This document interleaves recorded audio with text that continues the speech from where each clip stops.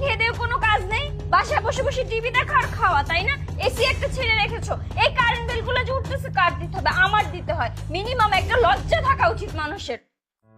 আচ্ছা কি হয়েছে? অফিস থেকে আইসি রাগারাগি শুরু করছো? অফিসে কোনো ঝামেলা হয়েছে?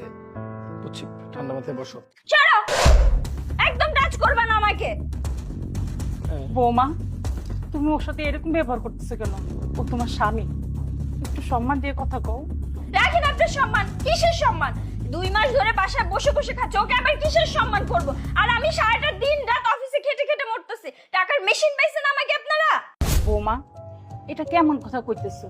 ওর চাকরি গেল মাত্র 2 মাস হয়েছে, তাই তুমি ওদের হয়ে গেছো? আর ওর চাকরি হয়নি, ও তো চাকরির জন্য চেষ্টা করতেছে। আর মাত্র 2 মাস হয়েছে তুমি সংসারের দায়িত্ব নিছো, তাই তুমি ক্লান্ত হয়ে গেছো। আমি এখন কথা শোনাচ্ছি, তাই না?